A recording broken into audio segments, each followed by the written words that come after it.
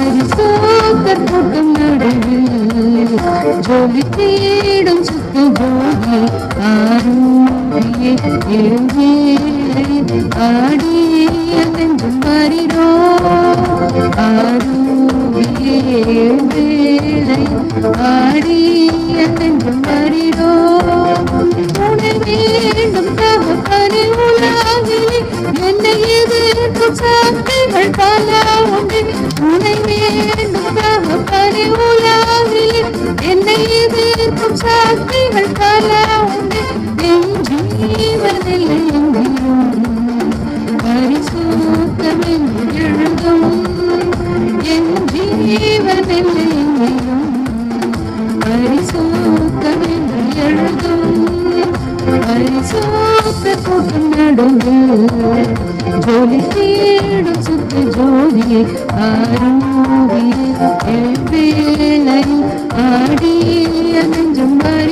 ஆண்டவராகிய இயேசு கிறிஸ்துவின் நாமத்தில் உங்களுக்கு யாவருக்கும் வாழ்த்துக்கள். இந்த நேரில் பாஸ்டர் டேனியல் அவர்கள் வந்திருக்கிறார்கள். அவர் செய்தி கொடுக்கும்படியாய் வந்திருக்கிற கர்த்தர் அவரை ஆசீர்வதிப்பாராக. இப்போது தேவ வார்த்தையே நம்மிடத்தில் பகிர்ந்து கொள்வார். கர்த்தருடைய பரிசுத்த நாமத்திற்கு மகிமை உண்டாகட்டும்.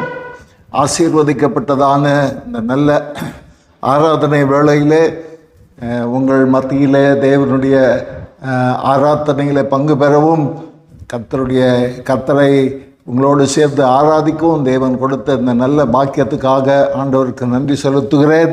இந்த நாளிலும் கூட நாம் ஒரு பரிசுத்த ஆராதனை மாத்திரமல்ல, இந்த நாள் ஒரு விசேஷித்த நாள்.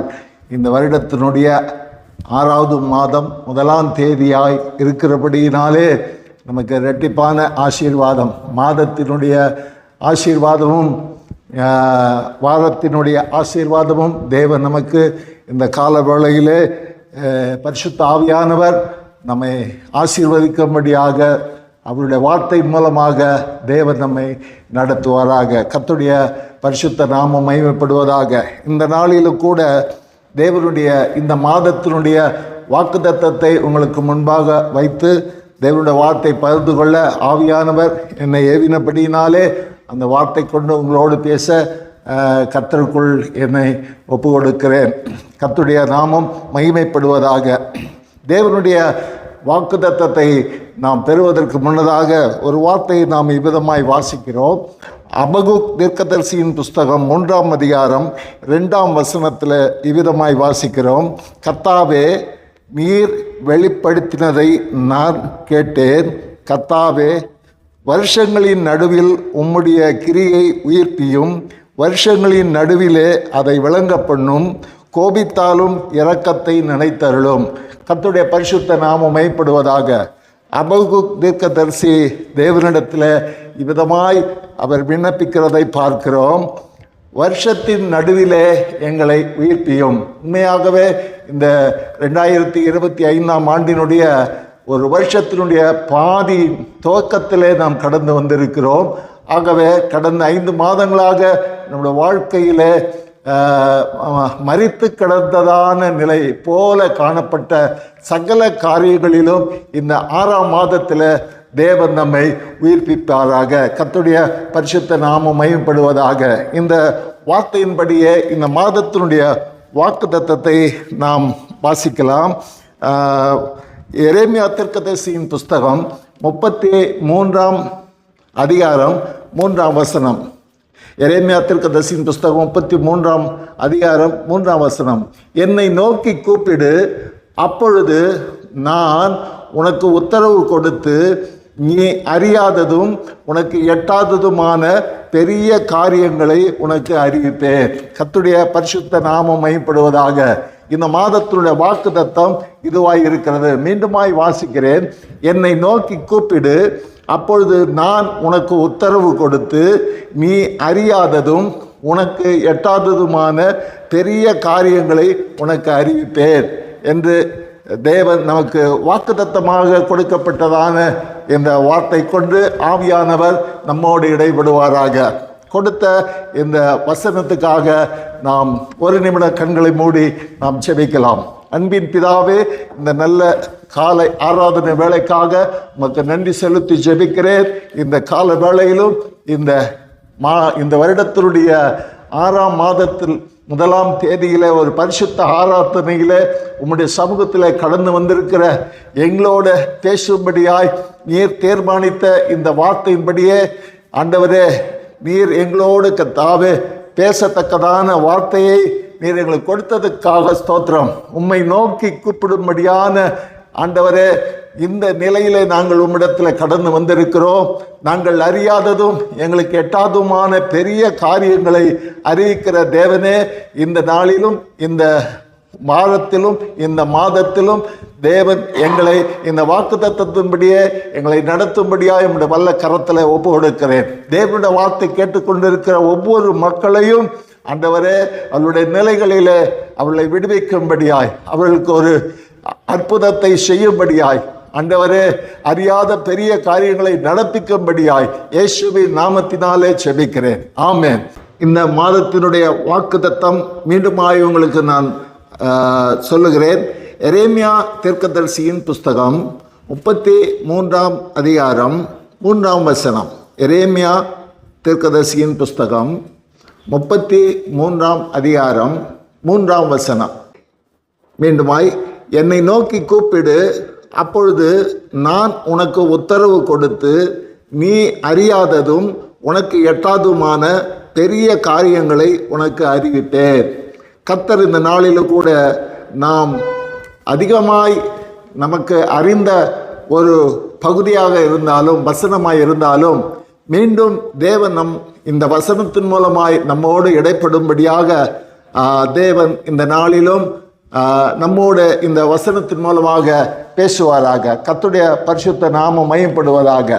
என்னை நோக்கி கூப்பிடு என்று ஆண்டவர் சொன்ன இந்த வார்த்தையின்படி பின்னாளிலே நாம் 2000 ஆண்டுகளுக்கு முன்பாக இயேசு கிறிஸ்து இந்த உலகத்தில் மனுஷ குமாரனாக வாழ்ந்த காலத்தில்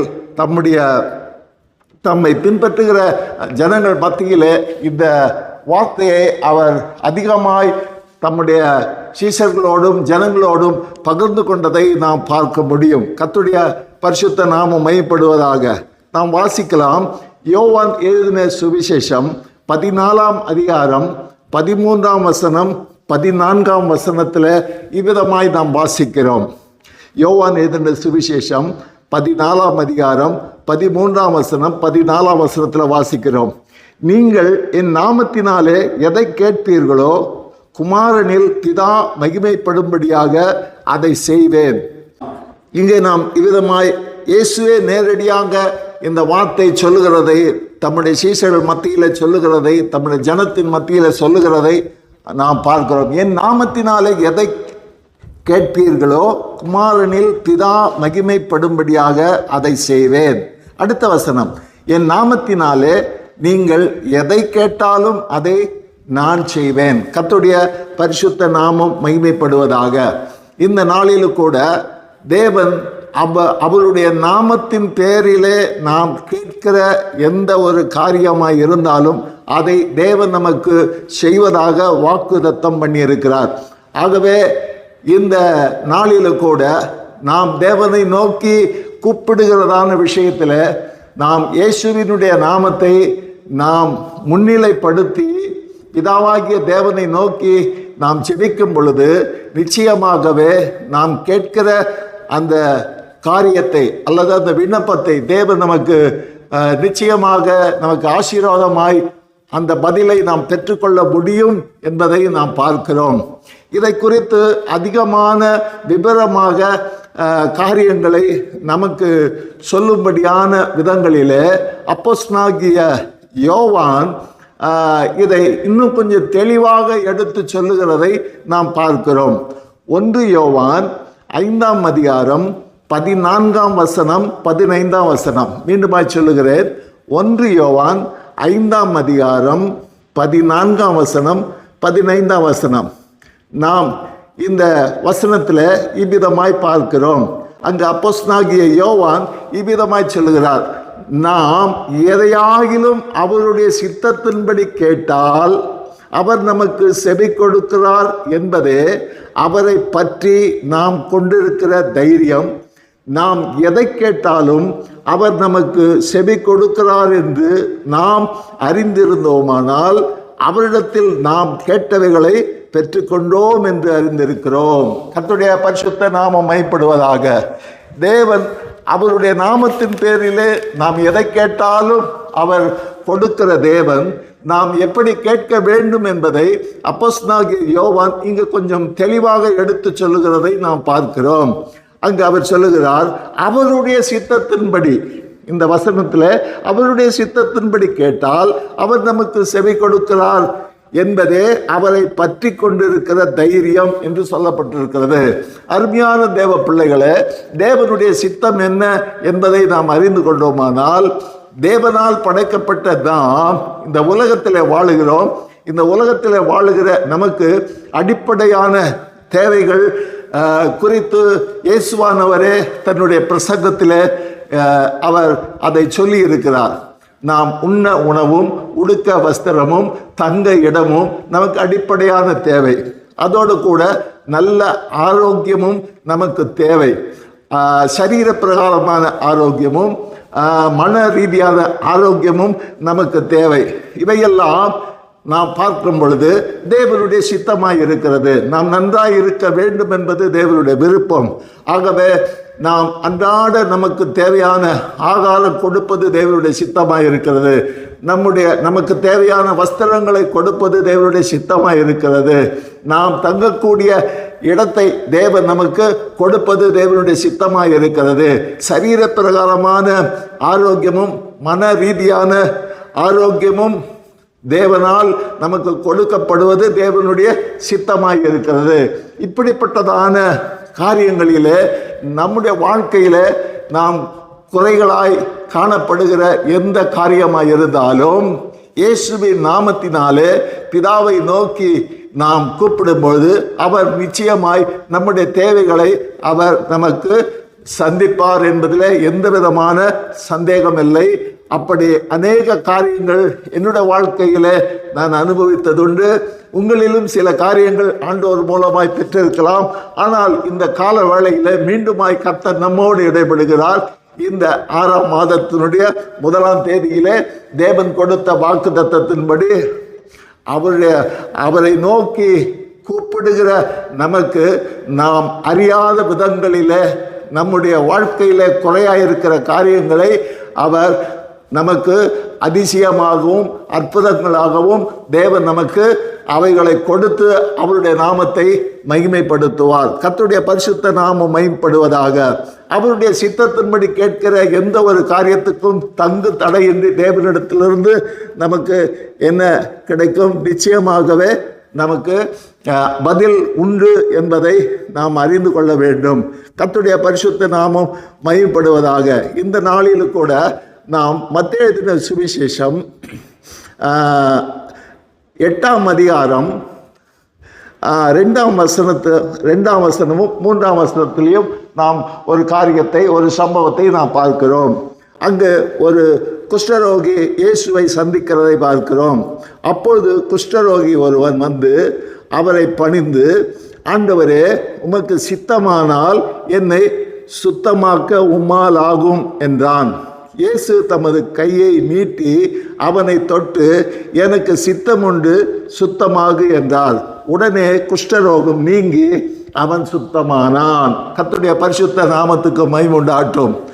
இன்றைக்கு இந்த மனிதன் தன்னோட வாழ்க்கையில் ஒரு குஷ்டரோகியாக இருக்கிறார். சமுதாயத்தில் இப்படிப்பட்டதான ஒரு பெரும் வியாதி உடைய ஒரு மனிதன் சமுதாயத்தில் அவன் ஒதுக்கப்பட்டவனாய், தன்னுடைய சொந்த ஜனத்தினாலும் மற்ற சூழ்ந்திருக்கிற மற்ற சமூகத்தினாலும் ஒதுக்கப்பட்டவனாய் இருக்கும் பொழுது, அவன் நிர்கதியாய் நிற்கும் பொழுது, ஆண்டவரே, இந்த வியாதி நிமித்தமாக நான் எல்லாராலும் ஒதுக்கப்பட்டு நான் மிகுந்த வேதனையும் துக்கமும் அடைந்திருக்கிறேன்.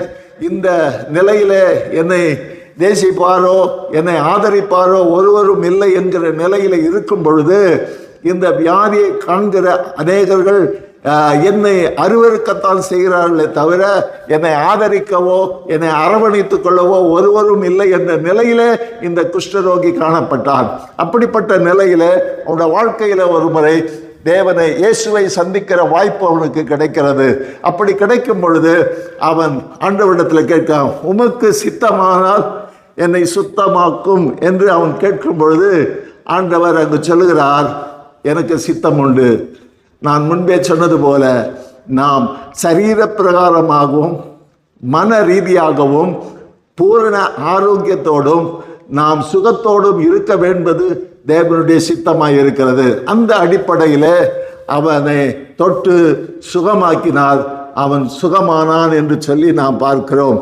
ஆகவே இந்த நாளில் கூட நாம் முன்பு வாசித்தது போல 1 யோவான் 5ஆம் அதிகாரம் 14ஆம் வசனம் 15ஆம் வசனத்தில் வாசிக்கும் பொழுது அவருடைய சித்தத்தின்படி நாம் கேட்டால் நிச்சயமாகவே அவை பெற்றுக்கொள்வோம் என்று நாம் அந்த முழு விசுவாசத்தோட நாம் தேவனை நோக்கி ஜெபிக்கும் பொழுது தேவன் நம்முடைய தேவைகளை நிச்சயமாய் அவர் நிறைவேற்றுவார் என்பதில் எந்த விதமான சந்தேகம் இல்லை.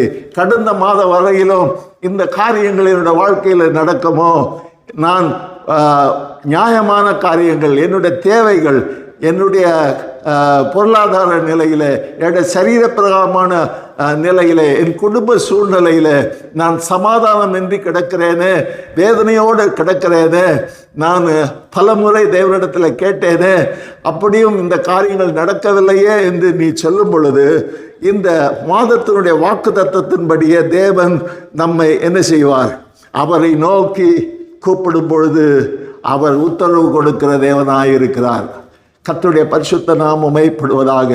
இன்றைக்கு இந்த வார்த்தை கேட்டுக்கொண்டிருக்கிற தெய்வ பிள்ளைகளே, நாம் தேவனை நோக்கி அவருடைய சித்தத்தின்படி கேட்கிற எந்த ஒரு விண்ணப்பத்திற்கும் பதில் உண்டு. ஏன் என்று சொன்னால் இயேசு கிறிஸ்துவானவர் ஜீவிக்கிற தெய்வமாய் இருக்கிறார். அது மாத்திரமல்ல, அவர் வானத்திலும் பூமியிலும் சகல அதிகாரம் படைத்தவராயிருக்கிறார். அண்ட சராசரங்களையும் அகில ஆண்டத்தையும் சகலத்தையும் உண்டாக்கி உருவாக்கி அதை ஆண்டு கொண்டு இருக்கிறார். அந்த நிலையிலே தேவன் நம்மை நடத்துகிற தேவனாய் இருக்கிறார். அது மாத்திரமல்ல, இயேசுவானவர் 2000 ஆண்டுகளுக்கு முன்பாக நமக்காக இந்த உலகத்தில் வந்து நமக்காக பாடுபட்டு நமக்காக ஜீவன் கொடுத்து அவர் மரித்து 3ஆம் நாள் உயிரோடு எழுந்து இன்றைக்கும் அவர் ஜீவிக்கிற தேவனாய் இருக்கிறார். இதைத்தான் நாம் எபிரேயர் 13ஆம் அதிகாரம் 8ஆம் வசனத்தில் வாசிக்கிறோம். இயேசு கிறிஸ்து நேற்றும் இன்றும் என்றும் மாறாதவராயிருக்கிறார். மீண்டுமாய் சொல்லுகிறேன், எபிரேயர் 13ஆம் அதிகாரம் 8ஆம் வசனத்தில் இயேசு கிறிஸ்து நேற்றும் இன்றும் என்றும் மாறாதவராயிருக்கிறார். ஆகவே 2000 ஆண்டுகளுக்கு முன்பாக இயேசு இந்த உலகத்தில் கடந்து வந்து அநேகர்களுக்கு அநேக விதமான நன்மைகளையும் ஆசீர்வாதங்களையும் அவர் கொடுத்தார் என்று நாம் பேசுகிறதை காட்டிலும் அவர் இன்றைக்கும் நமக்கும் அதே போல நன்மை செய்கிறவராகவும் நம்மை விடுவிக்கிறவராகவும் நமக்கு சுகமளிக்கிறவராகவும் நம்முடைய தேவைகளை சந்திக்கிறவராகவும் நம்மை நடத்துகிறவராகவும் இருக்கிறார் என்பதை நாம் அறிந்து கொள்ள வேண்டும். ஆகவே இந்த நாளிலே நாம் ஒரு காரியத்தை நாம் திட்டமாய் பார்க்க முடியும். ஒரு சம்பவத்தை சொல்லுகிறேன். இன்னொரு தேவ சித்தம் என்ன என்று சொல்லி நாம் அறிந்து கொள்வோம். வாசிப்போம். 1 ராஜாக்களின் புஸ்தகம் 17ஆம் அதிகாரம் 20ஆம் வசனத்திலிருந்து 22ஆம் வசனம் வரையிலும். மீண்டுமா சொல்லுகிறேன். 1 ராஜாக்களின் புஸ்தகம் 17ஆம் அதிகாரம் 20லிருந்து 22 வரையிலும் வாசிப்போம். என் தேவனாகிய கர்த்தாவே, நான் தங்கி இருக்கிற இடம் கொடுத்த இந்த விதவையின் மகனை சாக பண்ணினதினால் அவளுக்கு துக்கத்தை வருவித்தீரோ என்று கர்த்தரை நோக்கி கூப்பிட்டு அந்த பிள்ளையின் மேல் 3 தரம் குப்புற விழுந்து, என் தேவனாகிய கர்த்தாவே, இந்த பிள்ளையின் ஆத்துமா அவனுக்குள் திரும்பி வரப்பண்ணும் என்று கர்த்தரை நோக்கி விண்ணப்பம் பண்ணினான். கர்த்தர் எலியாவின் சத்தத்தை கேட்டார். பிள்ளையினுடைய ஆத்துமா அவனுக்குள் திரும்பி வந்தது, அவன் பிழைத்தான். கர்த்தருடைய பரிசுத்த நாமம் மகிமைப்படுவதாக. பழைய ஏற்பாட்டில் சொல்லப்பட்டதான ஒரு நடந்த சம்பவத்தை எலியா தீர்க்கதரிசியோட வாழ்க்கையில் அநேக அற்புதங்கள் நடந்தது. அதிலே ஒரு காரியம், இந்த ஒரு சம்பவத்தை நான் பார்க்க முடியும். ஐஸ்வர்யவாட்டியாகிய ஒரு ஸ்திரீ, கனம் பொருந்திய ஒரு ஸ்திரீ அங்கு எலியாவை அவள் தேவனுடைய தீர்க்கதரிசி என்று சொல்லி அவரை ஏற்றுக்கொண்டு அவளை சகல விதத்திலும் அவருக்கு வேண்டிய வசதிகளையும் செய்து கொடுத்து கனப்படுத்தினாள். அப்படிப்பட்டதான நிலையிலே அந்த கனம் பொருந்திய ஸ்திரீயினுடைய வீட்டில் தங்கியிருந்த அந்த எலியா ஒரு நாள் அந்த ஸ்திரீயினுடைய மகன், ஆண் பிள்ளை, அது இறந்து விட்டுகிறது. அந்த நிலையிலே அவர் தேவனை நோக்கி விண்ணப்பம் பண்ணுகிறார். ஒரு காரியத்தை நாம் நன்றாய் தெரிந்து கொள்ள வேண்டும்.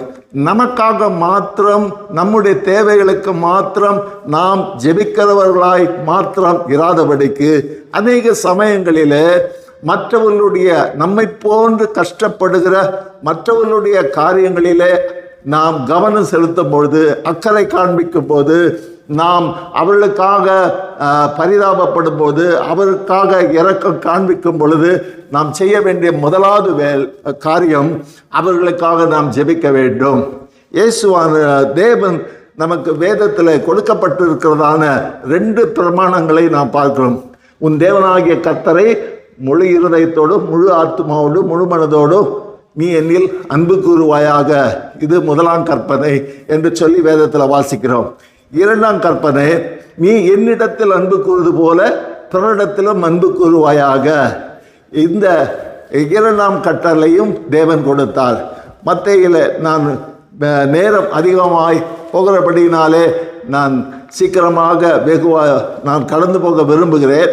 இந்த நாளில் கூட இந்த வார்த்தையை இந்த கட்டளையை இயேசுவானவர் தன்னுடைய ஊழியத்தின் பாதையில் தம்முடைய சீசர்களோடு பகிர்ந்து கொண்டதை நாம் பார்க்கிறோம். முதலாவது, நாம் தேவனிடத்தில் நாம் அன்பு கூறுகிறவர்களாய் இருக்க வேண்டும். 2வது, நம்மை போன்று இருக்கிற மற்றவர்கள் மத்தியிலும் அன்பு கூற வேண்டும். இந்த காரியத்தை பழைய ஏற்பாட்டிலே எலியா தீர்க்கதரிசி தனக்கு உதவியாய் இருந்த அந்த ஸ்திரீயினுடைய மகன் இறந்தவுடனே அவன் மிகவும் எனக்கு உதவி செய்த, தேவனுடைய ஊழியக்காரனாக ஏற்றுக்கொண்டு எனக்கு உதவி செய்த, எனக்கு உதவிகரமாக இருந்த இந்த ஸ்திரீயினுடைய மகன் இறந்தது என்னாலேயே தாங்க முடியவில்லை. ஆகவே இது எனக்கு மிகுந்த வேதனையாக இருக்கிறது. ஆண்டவரே, என்னுடைய விண்ணப்பத்தை கேட்டு இந்த பிள்ளைக்கு ஜீவன் கொடும் என்று சொல்லி அந்த பிள்ளையின் மேல் விழுந்து அவன் தேவனை நோக்கி விண்ணப்பம் பண்ணுகிறதை நாம் அந்த வசனத்தில் வாசித்தோம். அப்படி தேவனை நோக்கி அவன் கூப்பிட்ட பொழுது அவனுடைய ஜெபம் கேட்கப்பட்டு அந்த பிள்ளை உயிர் பெற்றது. கர்த்தருடைய பரிசுத்த நாமம் மகிமைப்படுவதாக. நாம் ஒரு காரியத்தை நன்றாய் தெரிந்து கொள்ள வேண்டும். நமக்காக மாத்திரமே எப்பொழுதும் நாம் ஜெபிக்கிறவர்களாக இருப்போமானால் அது சுயநலமாக மாறிவிடும்.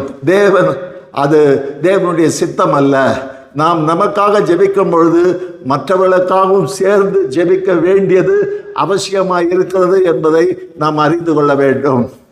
பழைய ஏற்பாட்டில் இன்னொரு சம்பவத்தை கூட நாம் பார்க்க முடியும். நான் வாசிக்க இல்லை, நேரடியாக நான் அதை சொல்ல விரும்புகிறேன். ஆபிரகாமின் காலத்தில் அவன் தேவன் வாக்குத்தத்தம் பண்ணப்பட்ட தேசத்துக்கு நேராய் புறப்பட்டு போகும் பொழுது அவன் தங்கியிருந்த அந்த ராஜாவுக்கு பிள்ளை இல்லாமல் இருந்தது. அந்த நேரத்தில் ஆபிரகாமுக்கும் பிள்ளை இல்லாமல் இருந்தது. தனக்கு பிள்ளை இல்லையே என்று சொல்லி அவன் தேவனை நோக்கி ஜெபிக்கிறவனாய் அங்கு காணப்படவில்லை. தான் குடியிருந்த தேசத்தினுடைய அபிமெலேக்கு அந்த ராஜாவினுடைய பிள்ளைக்காக, அவனுக்கு அந்த ராஜாவுக்கு பிள்ளை வேண்டும் என்பதற்காக அவன் தேவனை நோக்கி ஜெபிக்கிறதை நாம் பார்க்கிறோம். அப்படி ஆபிரகாமின் ஜெபத்தை கேட்டு தேவன் அபிமெலேக்கும் தேவன் பிள்ளை கொடுத்தார். பிற்பாடு ஆபிரகாமுக்கும் தேவன் பிள்ளை கொடுத்தார். கர்த்தருடைய பரிசுத்த நாமம் மகிமைப்படுவதாக.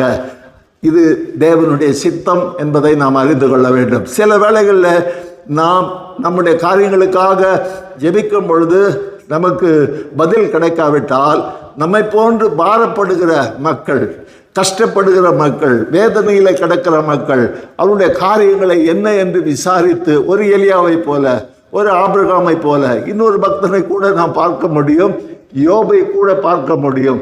தான் மிகுந்த வேதனையில கஷ்டத்தில் இருக்கும் பொழுது, நிர்கதியான நிலையில வாழ்வதை விட சாகிறது நல்லது என்ற நிலையில அவன் மிகுந்த மோசமான நிலையில கிடக்கும் பொழுது கூட தன்னுடைய சிநேகிதர்களுக்காக அவன் ஜெபித்தான் என்று நாம் பார்க்கிறோம். ஆகவே தேவனுடைய நாமத்தை பற்றி கொண்டு அவருடைய நாமத்தின் பேரில் நாம் கேட்கும் பொழுது அவருடைய சித்தத்தின்படி கேட்கிற விண்ணப்பத்துக்கு தேவன் செவி கொடுக்கிறார். நம்முடைய அடிப்படை தேவைகளுக்காக தேவனிடத்தை கேட்பது தேவனுடைய சித்தம். அதில் எந்த விதமான மாற்றம் இல்லை. அதே போல நம்மை போன்று கஷ்டப்படுகிற, வேதனைப்படுகிற, துன்பப்படுகிற மக்களுக்காக நாம் நம்முடைய பிரச்சனை போல அவருடைய பிரச்சனையை தேவனுடைய சமூகத்தில் நாம் அவர்களுக்காக ஜெபிக்கும் பொழுது, வேண்டுதல் செய்யும் பொழுது அவர்களுடைய காரியங்களும் சந்திக்கப்படும். அதே வேளையில் நம்முடைய காரியத்தையும் கர்த்தர் நமக்கு நம்முடைய தேவைகளை சந்திப்பார். இப்படிப்பட்டதான ஒரு அற்புதத்தை இந்த புதிய மாதத்தில் நாம் பெறும்படியாய், அப்படி நாம் பெறும்போது நாம் அறியாத பெரிய காரியங்களாக நமக்கு அதை தேவன் வெளிப்படுத்தும்படியாய் கர்த்தர் நமக்கு கிருபை செய்வாராக. கர்த்தருடைய பரிசுத்த நாமம் மகிமைப்படுவதாக. இந்த நாளிலும் கூட கடைசியாக ஒரே ஒரு சம்பவத்தை உங்களுக்கு முன்பாக நான் வைக்க விரும்புகிறேன். புதிய ஏற்பாட்டில் வாசிப்போம். மத்தேயு எழுதின சுவிசேஷம் 20ஆம் அதிகாரம் 29 34 வரையில் வாசிக்கிறோம். மத்தேயு எழுதின சுவிசேஷம் 20ஆம் அதிகாரம் 29 34 வரை நாம் வாசிக்கிறோம். முழுமையாக நான் அதை வாசிக்கிறேன், நீங்கள் கவனமாய் கேளுங்கள். அவர்கள் எரிகோவிலே இருந்து புறப்பட்டு போகையில் திரளான ஜனங்கள் அவருக்கு பின் சென்றார்கள். அப்பொழுது வழி அருகே உட்கார்ந்திருந்த 2 குருடர் இயேசு அவ்வழியே வருகிறார் என்று கேள்விப்பட்டு, ஆண்டவரே, தாவீதின் குமாரனே, எங்களுக்கு இரங்கும் என்று கூப்பிட்டார்கள். அவர்கள் பேசாதிருக்கும்படி ஜனங்கள் அவர்களை அதட்டினார்கள். அவர்களோ, ஆண்டவரே, தாவீதின் குமாரனே, எங்களுக்கு இரங்கும் என்று அதிகமாய் கூப்பிட்டார்கள். இயேசு நின்று அவர்களை தம்மிடத்தில் அழைத்து, நான் உங்களுக்கு என்ன செய்ய வேண்டும் என்கிறீர்கள் என்றார். அதற்கு அவர்கள், ஆண்டவரே, எங்கள் கண்களை திறக்க வேண்டும் என்றார்கள். இயேசு மனதுருகி அவர்களுடைய கண்களை தொட்டார். உடனே அவர்கள் பார்வையடைந்து அவருக்கு பின் சென்றார்கள். கர்த்தருடைய பரிசுத்த நாமம் மகிமைப்படுவதாக. இந்த நாளில் கூட நாம் இந்த பகுதியில் மீண்டுமாய் தன்னுடைய சொந்த தேவைகளுக்காக நாம் ஜெபிக்கிற நிலையில் இந்த பிறவி குருடர்களாக இருக்கிற இந்த 2 பேர் எரிகோவினுடைய வாசல் அருகே உட்கார்ந்து இருக்கிறதை பார்க்கிறோம். தங்களுடைய வாழ்க்கையில் மிகுந்த வேதனையிலும் விரக்தியிலும் காணப்படுகிறார்கள். அவர்கள் இவ்விதமாக வாழ்ந்த காலத்தில் அவர்கள் தங்கியிருக்கிற சுற்றுப்புறம் உள்ள தேசத்தில் இயேசு என்ற ஒருவர் இங்கே சுற்றி திரிந்து கொண்டிருக்கிறார். அவர் அநேக ஜனங்களை அவர் சந்திக்கிறார். அநேகர்கள் அவரிடத்திலே ஆசீர்வாதம் பெறும்படியாக கடந்து வருகிறார்கள். அப்படி வருகிற ஜனங்கள், பார்வை இல்லாதவர்கள் அவர்கள் பார்வை பெறுகிறார்கள். செவிடர்கள் கேட்கிறார்கள், முடவர்கள் நடக்கிறார்கள். மிக மிக உயர்ந்த நிலையில் பார்க்கும் பொழுது மரித்தவர்களும் உயிரோடு எழுந்திருக்கிறார்கள். இப்படிப்பட்ட நிலையில் இந்த இயேசுவை நம்முடைய வாழ்க்கையில் சந்திக்க நேரிடுமா? அவரை நாம் பார்க்க முடியுமா? அவரும் நம்முடைய கண்களை தொட்டு நமக்கு சுகம் கொடுப்பாரா? கொடுக்கக்கூடிய நிலையில் அவரிடத்தில் நாம் குருடர்களாக இருக்கிறோம். நம்மை யார் அவரிடத்தில் கொண்டு போவார்கள் என்று அநேக நாட்களாக அவர்களுடைய இருதயத்தில் தேவனை நோக்கி வேண்டிக் கொண்டிருந்தார்கள். பல நாட்களாக வேண்டிக் கொண்டிருந்தார்கள். அவர்கள் எதிர்பார்த்து வாஞ்சையோடு பாரத்தோடு அந்த விண்ணப்பம் தங்களுடைய இருதயத்திலிருந்து தேவனை நோக்கி அவர்கள் கூப்பிட்டு கொண்டிருந்தார்கள். ஒரு நாள் வந்தது, அவர்கள் அறியாத விதங்களிலே இவர்கள் வழியருகே உட்கார்ந்து பிச்சை எடுப்பவர்கள். இவர்களுக்கு யார் உதவி செய்ய வருவார்கள்? ஆனால் பரலோகத்தின் தேவன் பாகுபாடற்ற நிலையில் தேவனை குறித்து வேதம் சொல்லுகிறது, அந்த ஜோதிகளின் பிதாவினிடத்தில் யாதொரு வேற்றுமையின் நிழலும் இல்லை.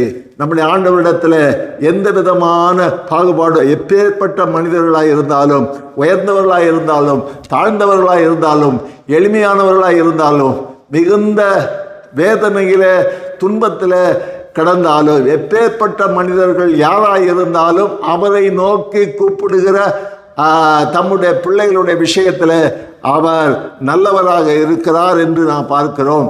ஆகவே இந்த நாளில் இப்படியாய் அந்த இயேசுவை சந்திக்க மாட்டோமோ, அந்த இயேசுவை நான் பார்க்க மாட்டோமோ என்று சொல்லி வேதனையோடு தங்களுக்கு இருதயத்தில் அநேக நாட்களாய் வேண்டுதல் செய்து கொண்டிருந்தார்கள். ஒரு நாள் அவர்களுடைய வேண்டுதலுக்கு பதில் கிடைக்கும்படியாய் அவர்கள் இருக்கிற இடத்திலே இயேசுவானவர் அங்கு வருகிறதை பார்க்கிறோம். அப்படி வரும் பொழுது அவர்கள் இதுவரையிலும் இவ்வளவு பெரிய கூட்டத்தினுடைய சத்தத்தை அவர்கள் கேட்டதில்லை, அவர்களுக்கு பார்வை கிடையாது. ஆகவே அந்த சத்தத்தின் மூலமாக இங்கு ஏதோ ஒரு பெரிய ஒரு விசேஷித்த ஒரு மனிதர் வருகிறார் என்று மாத்திரம் அவர்களுக்கு தெரிகிறது. பிற்பாடு அறிந்து கொள்கிறார்கள், தாங்கள் எதிர்பார்த்து காத்திருந்த அந்த இயேசுவே தங்கள் அருகாமையில் வருகிறார் என்று. அப்படி வரும் பொழுது அவரை நெருங்க அவர்கள் முயற்சிக்கிறார்கள். ஆனால் சுற்றி இருக்கிற ஜனங்களோ அவர்களை அதட்டி அவர்களை இயேசுவிடத்தில் நெருங்காதபடிக்கு அப்புறப்படுத்துகிறார்கள். எனக்கு அருமையான தெய்வ பிள்ளைகளே, அநேக சமயங்களிலே நாம் ஆண்டவரை நோக்கி ஜெபிக்கும் பொழுது அநேக தடைகள் நமக்கு வரும்.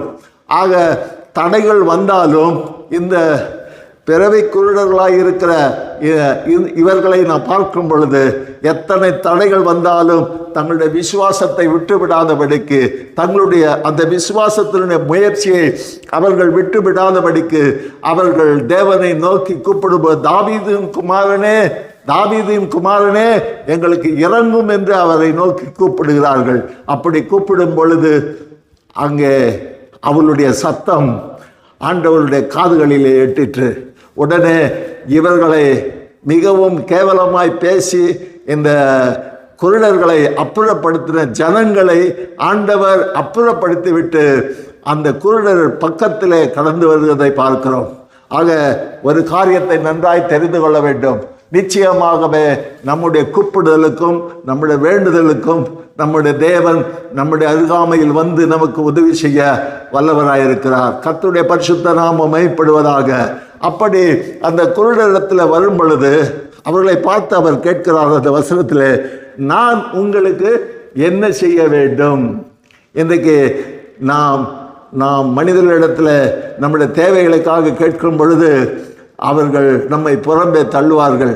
ஆனால் நிச்சயமாக நமக்காக ஜீவன் கொடுத்த இயேசு இன்றைக்கும் ஜீவிக்கிறவர்களபடியினாலே நாம் ஜெபத்தின் மூலமாக நம்முடைய வேண்டுதல் மூலமாக தேவனிடத்தில் நாம் கேட்கும் பொழுது நிச்சயமாய் அவர் நமக்கு பதில் கொடுப்பார்.